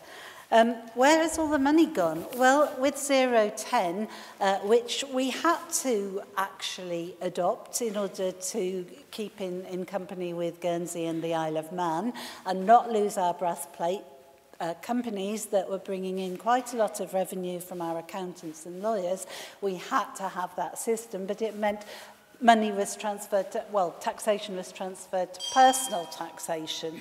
We are a low-spend, low-tax economy. Don't let anybody tell you otherwise. We spend 2.6% of our GDP on education, which is the lowest in the world. We would tax people who could afford to pay it, not the lowest paid, not people who are living in relative low income. I think we've got, it's 8:45. I think we've got time for one last round of questions. I apologise if I'm not missing people out because it's difficult to see here. I think there's a gentleman there with glasses at the back. Please take his question first. Hi there. Quite a lot of what you've spoken about, so either directly or indirectly, talked about the threat to the finance industry here, and we need to diversify our economy. I think that's probably clear. What thoughts do all of you have on how that might be achieved? Thoughts on how to diversify the economy, is that it? And can I see hands again for another question? I think Ted, I saw Ted here, I didn't see him before. Sorry, I missed him. I apologise if I haven't taken you. It's good that there's such enthusiasm for questions. This will be a yes or no question, so it should be quick. There is a proposition before the States at the moment brought by Deputy Mike Higgins, which is that the inner road should be turned into a 20-mile-an-hour limit from King George V Homes down to Moorcushel, with some pedestrian crossings, as well as Ballazan Road. My question to the candidates is, if you're elected, will you support this proposition? So you want a yes and no, just a yes and no on that? Well, if there is, I can maybe squeeze in a third question. We do it as a batch. Gentleman at the back, I missed him. I didn't take his question earlier.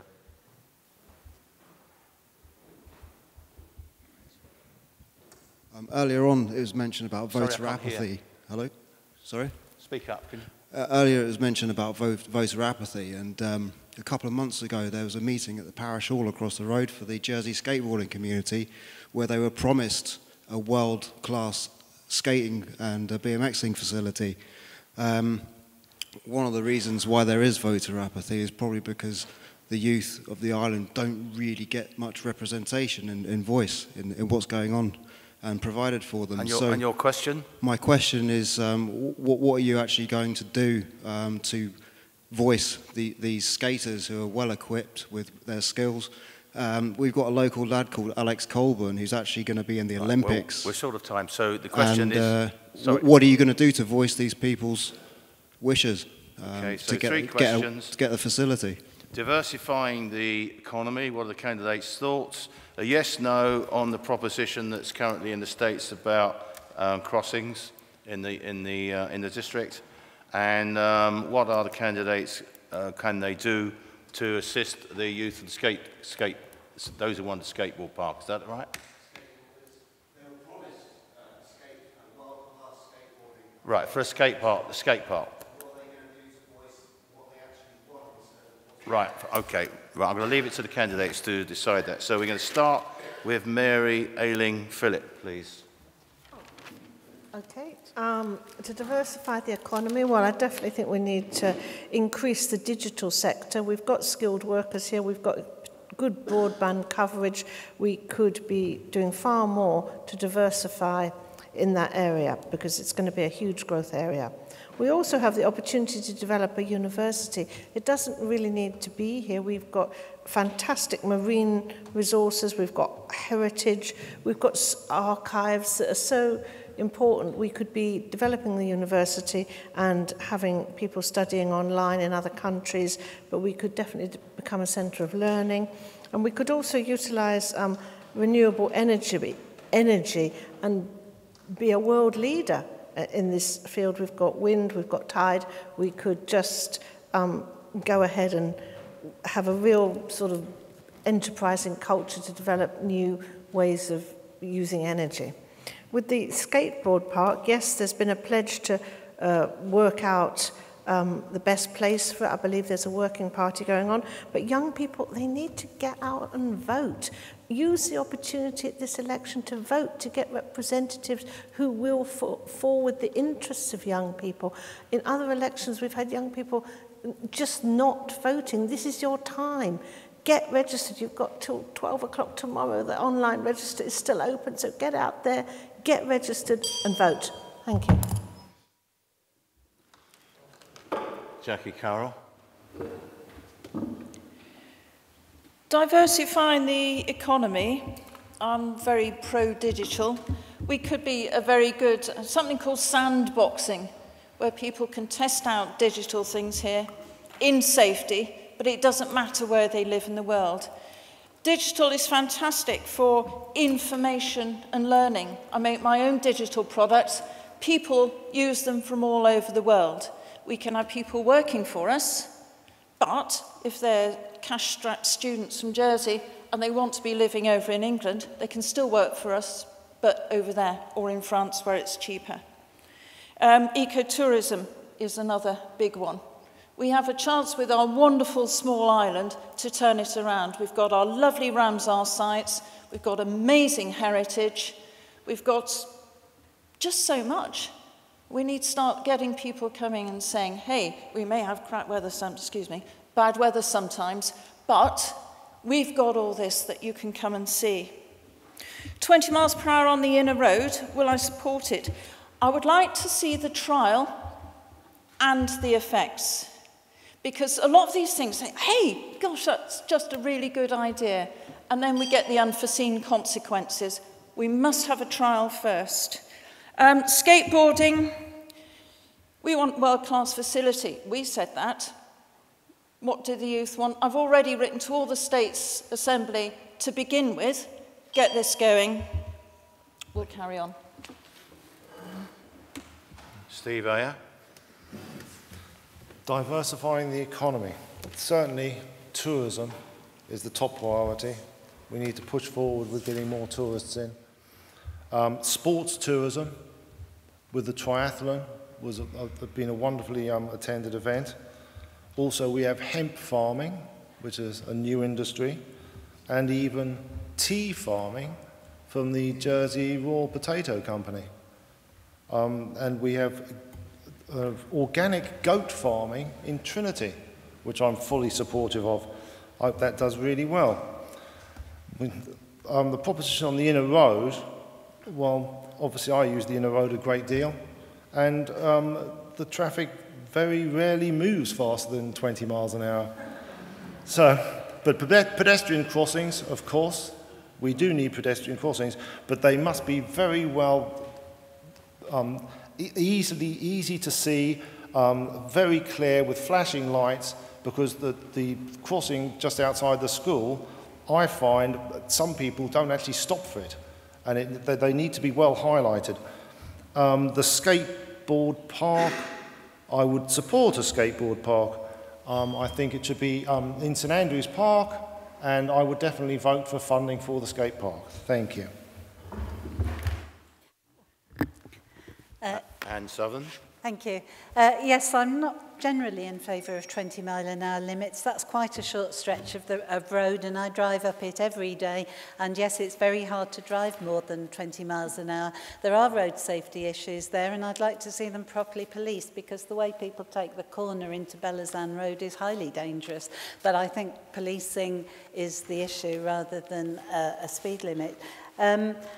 I agree there is a need for a skate park.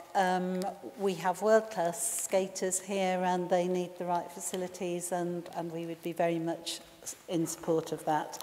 How I would diversify the economy, well, people have had lots of good ideas. I always feel shamed, I hate to say it, by looking at airline magazines about Guernsey, because they seem to have all sorts of things that we don't, like a film industry. And it would be nice to have one of those, as long as we can't be done, as we were done by Can Be Done Productions. I'm not an entrepreneur. That's not one of the gifts that was given to me, but I do think we should support the self-employed to start up businesses, and it's our policy to remove Class 2 contributions from people starting up businesses, so that would encourage the self-employed to have their own ideas. Thank you. Julian Rogers. Yes, the problem about startups is, of course, that not only is does somebody who's starting up pay both sides of social security, which can be very expensive towards the top, but also, if they fail, they're very heavily penalised by the system we have at the moment, and that seems daft. If you want to diversify, you've got to have some way of getting people to take the risk. And if you actually make it impossible for them to do so, this seems to be a remarkably bad idea for an economy which needs to diversify. But there's one thing we certainly should not do, and that is have another innovation fund. The state is not a good investor. If we want to encourage people to start up, fines, sandboxes and so on, things which share, if you like, technology with other places. Quite a bit going on in the hub. Good idea, gets young people in. But no innovation funds. Inner road, 20 miles an hour, yep. Voice for skaters. I was having my hair cut today, and the lady who does the hair, son came in with a huge, great skateboard and said, "We can't skate today." I said, "What's the problem?" "Well, they've got scaffolding round the skateboard, and we're not allowed in there. So that's not good for the kids who want to do this sort of thing." So I think that we should have not just one skateboard, skate park, for heaven's sake. Why not one in the north of the island? Thank you. Guy Dufay. I'm going to lose Mike's vote. The inner road is not a road that's suitable for 20 mile an hour. This island is obsessed with speed limits. I don't agree with 15 mile an hour green lanes. And actually we have so many speed limits now, I think they've become a serious hazard for drivers who are constantly distracted trying to work out what speed they're supposed to be doing at any one time. So, sorry Mike, no chance with me. Diversification. Well, let's look at our natural resources, shall we? If I was to diversify anywhere, the island is surrounded by sea, and the sea can provide an enormous level of diversification from marine energy, fishing, sport, leisure, yachting, you name it. Sail training, we could do some of the most exciting sail yacht training classes on the planet in our waters.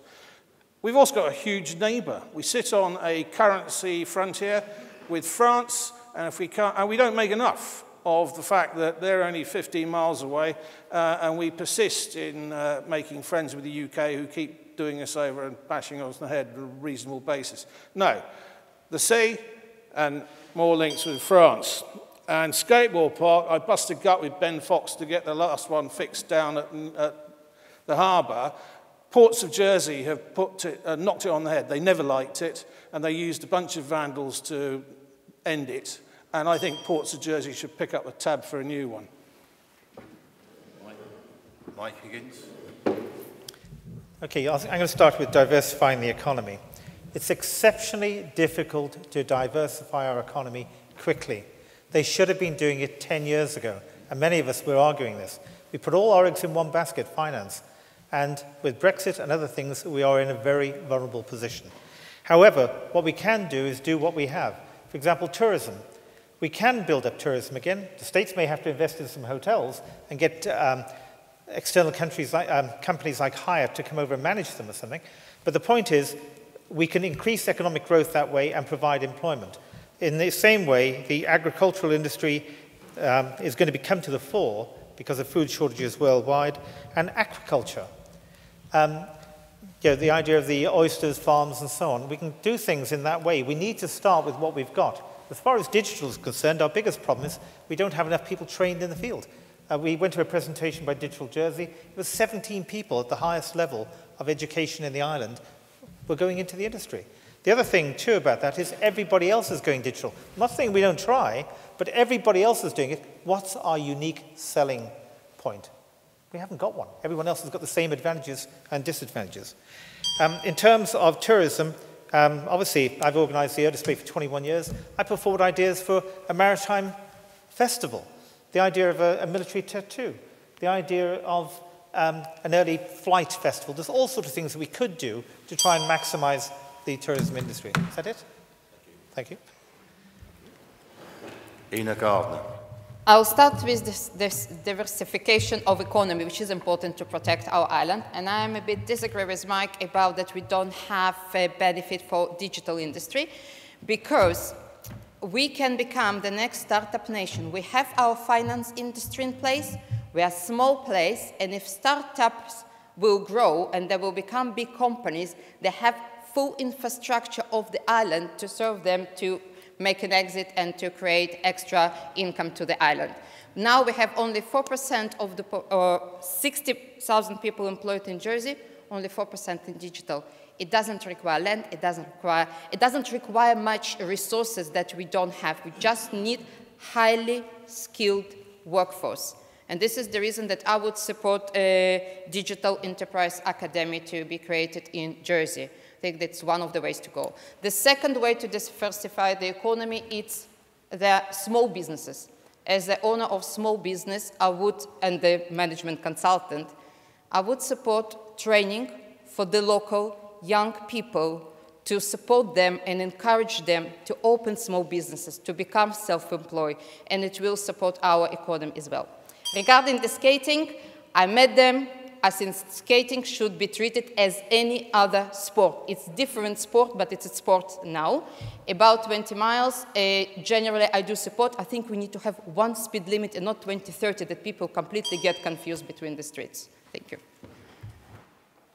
Richard, Rondell, please.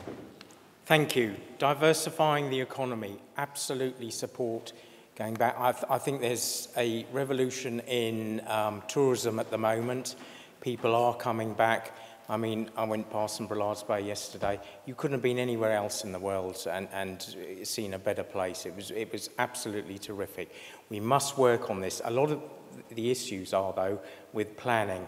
And, you know, I sit on planning, and I've gone against a lot of recommendations from the officers this past couple of years.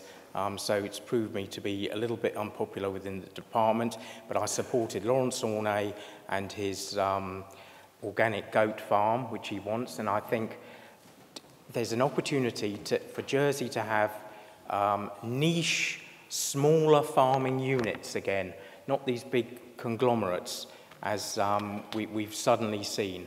And I think there's a huge opportunity. We've got Richard Laboutley at Woodlands Farm at Montalabé in this district. In the last month, he's had 3 coach loads every week of German visitors. He gives them a traditional World War II lunch, a bean crock. Things like that is fantastic. He's producing his own ice cream. This is the sort of thing we need to get back to. In terms of the inner road, Ted, absolutely, I do. One of the biggest issues I get from constituents is speeding. So 20 mile an hour enforcement, yes. The crossings, I agree, but need to be looked at as a whole. Skateboard. Sorry. And Mary Higgier, please. In relation to increasing the economy, firstly, I would like to see the regeneration of St Helier, which is what everybody keeps promising when the money comes in, because I think with regenerating St Helier, we can also start getting people maybe to come back into St Helier in relation to shopping and the retail industry, so that will make that work. In relation to agriculture, I think there's lots of opportunities. I, like Richard, think that there's a lot of small farms out there which have been forgotten a little bit, and there's lots of diversification. We could bring tourists in to, you know, help and encourage small units to have accommodation so that families can come over here and spend time on the farm. In relation to the speed limit, I think in a lot of areas, speed limits which are reduced at certain times of the day and increase at later parts of the day are quite a good idea. For example, outside some of the schools, they reduce the speed to 20 or 15 during the school times and then increase it as the day gets later. And in relation to the skate park, I think we need to look at all sports facilities. At the moment, we don't have particularly much within St Helier or to the east, so we need to actually look at sports facilities overall. Well, ladies and gentlemen, thank you for coming. It's my duty to close the meeting. Before I do so, just want to thank you for all your questions and apologise if I missed you out. Obviously, it was good that there was such strong interest, and thank you for helping us and me with the conduct of the evening. Thank you for the timekeeper and the video team. And I think most importantly, I think I'm going to ask you to express your thanks to the candidates, because I think they've given...